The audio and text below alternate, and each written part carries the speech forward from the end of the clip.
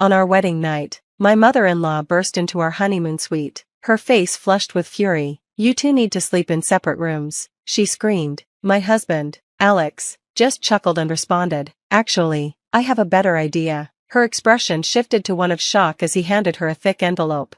I was still in my wedding dress, lace trailing behind me on the soft carpet of our suite, when the door flew open with such force that the paintings on the walls shook. My mother-in-law, furious, stormed in like she had every right to be there.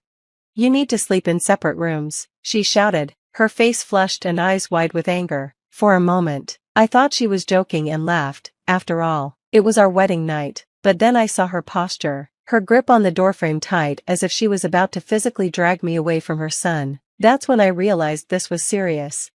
Alex, on the other hand, barely reacted. It was as if he had been waiting for this moment. With a calm demeanor, he said, "Actually, I have a better idea." To my surprise, he pulled a thick envelope from his suit pocket and handed it to her. Her face instantly fell. She grabbed it, tore it open, and as she read the contents, her body went stiff. But to understand what was happening, I need to give you some background. Alex and I had been together for 4 years before getting married. I knew his mom, Helen, had a tendency to meddle in our lives. She'd show up uninvited, impose herself into our plans, and somehow make everything about her. If we went on a trip, she'd cry about being excluded. If Alex gave me a gift, she'd complain that he didn't spend as much time thinking about hers. Still, I never imagined she'd go this far.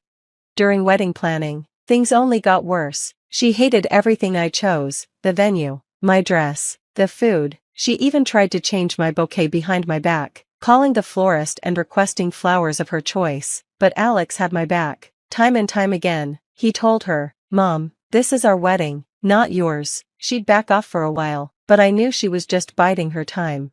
Then came the wedding day. Just before I walked down the aisle, one of my bridesmaids ran up to me, looking panicked. "Your dress, something's wrong with it." I looked down, and my heart sank. The hem of my wedding dress was covered in dark stains. No one had spilled anything near me. Later, I learned from my maid of honor that Helen had been in the room alone with my dress for about 10 minutes before I put it on. But that was just the beginning. During the ceremony, she sighed loudly every time Alex and I exchanged vows. When the officiant asked if anyone objected, she stood up and said, "I just think they should take some time to really think about this," as if we hadn't been together for years. Alex quickly shut it down, ordering, "Sit down, Mom," but not before she glared at me like I had personally wronged her. The reception wasn't any better. She found a way to steal the spotlight at every turn. She grabbed the mic during speeches, giving an impromptu toast about herself. She loudly complained about the music. At one point, she even sat in the middle of the dance floor, barefoot, refusing to move because she was tired and the music was too loud. It was exhausting, but I thought, at least we were married, at least it was over. I was wrong. Cut to our honeymoon suite. Alex and I had just arrived, still on a wedding high. The hotel had sent up champagne, and we were finally alone, until the door burst open. There she was, trying to break us up on our wedding night. That's when Alex pulled out the envelope. As Helen read the papers, her expression shifted from rage to sheer panic, because inside were legal documents. That's when everything started to unravel. Her hands trembled as she read, and for the first time that night, she fell silent.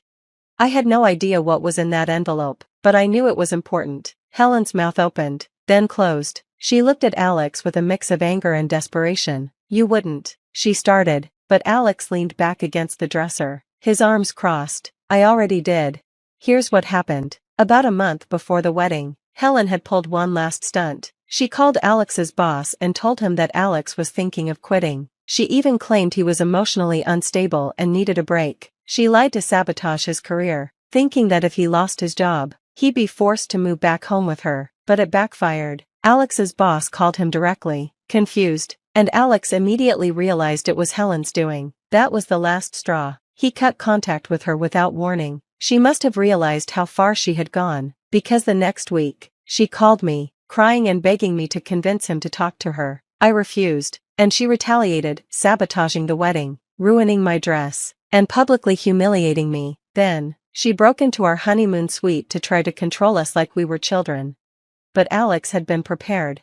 Back to the hotel room, Helen was holding the papers as if they were burning her. "This is insane," she muttered. I stepped closer, My curiosity piqued. A restraining order? I blinked in disbelief. Wait, you're serious? She sputtered. I'm your mother. Alex's voice was calm and unwavering. And you've done nothing but try to control me, sabotage my relationship, and ruin my life for years. You ignored every boundary I set, so now the law will do it for me. She turned to me. You did this? I raised my eyebrows. Nope, this was all Alex. Apparently, after the work incident, Alex had seen a lawyer. He had gathered all the evidence, texts, emails, unwanted visits, and address sabotage. That was just the final straw. The judge had signed the emergency order the day before our wedding. Helen just didn't know it yet. I sat up, a cold sense of dread creeping up my spine. No, this couldn't be happening. Alex swiftly rolled out of bed, threw on a shirt, and opened the door to be met by hotel security. 2 guards stood outside, along with the hotel manager, looking anything but pleased. Sir, we need to speak with you and your wife, the manager said sternly. I threw on a robe, my heart pounding as I rushed to the door. What's going on? The manager's gaze flicked between the two of us. I need to ask, did you threaten your mother last night? I almost burst out laughing. What? The guard's face remained serious. Your mother called the front desk at 3 a.m., claiming she feared for her life. She said she fled your room after you became aggressive. Alex's jaw clenched. You've got to be kidding me.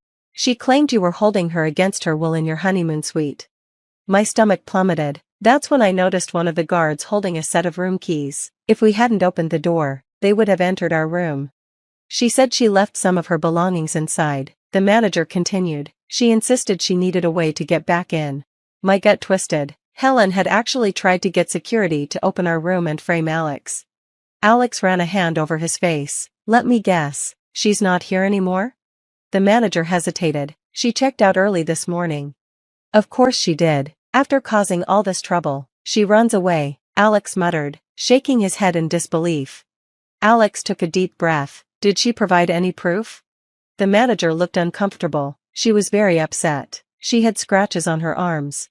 I jumped in quickly. She did that to herself. Or maybe she tripped, Alex added, but I never laid a hand on her. The manager raised his hands in a placating gesture. I'm not accusing anyone, but we have to take these claims seriously. Alex pulled out his phone. I have a restraining order against her, signed yesterday. Want to see it? The manager's face shifted instantly. His demeanor changed from concern to shock. Helen's next move. We left the hotel that afternoon, but when we landed back home, our phones exploded with missed calls, texts, and one voicemail from a police officer. Mr. and Mrs. Carter, this is Officer Martinez from the City Police Department. We've received a complaint from Helen Carter alleging domestic abuse at the hotel last night. We need you to come in for a statement. I almost dropped my phone. Helen had gone so far as to call the police with false accusations. The next few hours were a blur of frantic phone calls, scrambling to gather evidence, and contacting Alex's lawyer, who had been preparing for a situation like this for months because of Helen's behavior. The hotel security footage told the whole story. It showed Helen entering our room uninvited and leaving without any signs of distress, no rushing, no crying, no fear for her safety. Plus, the restraining order made it clear she had already been legally told to stay away from us. When we finally went to the police station, Alex's lawyer laid everything out. The officer was professional, but it was obvious he knew Helen was lying. She had no evidence, just drama and accusations. In the end, no charges were filed, but they did create a report, and that report would eventually come back to haunt her. The final blow came when we went no contact with Helen, completely. We blocked her, changed the locks, and told our families the truth, but Helen wasn't done yet. She had one last trick up her sleeve. A month later, Alex got a call from his bank. Mr. Carter, we flagged a transaction attempt on your joint savings account.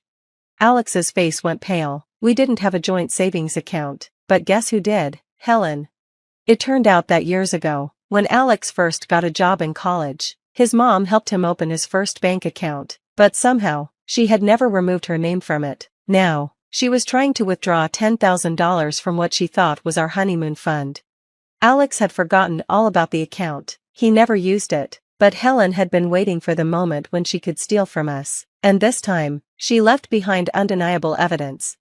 Alex was done. This was the final straw. Helen had crossed a line, and now she was exposed. The bank flagged the transaction as fraud, and because of the false police report, it was linked to a larger pattern of deceit. But the best part? Helen had signed the withdrawal slip in person, so when the bank alerted the authorities, there was no doubt she had tried to steal from Alex, and this time, she couldn't play the victim. Her life unraveled in a matter of weeks. Helen went from playing the heartbroken, abandoned mother to being fully exposed as a liar and a fraud. Her bank accounts were frozen, her reputation destroyed. The family that had once defended her turned their backs. Even her friends abandoned her when they realized how far she had gone. Then came the final blow, the legal consequences.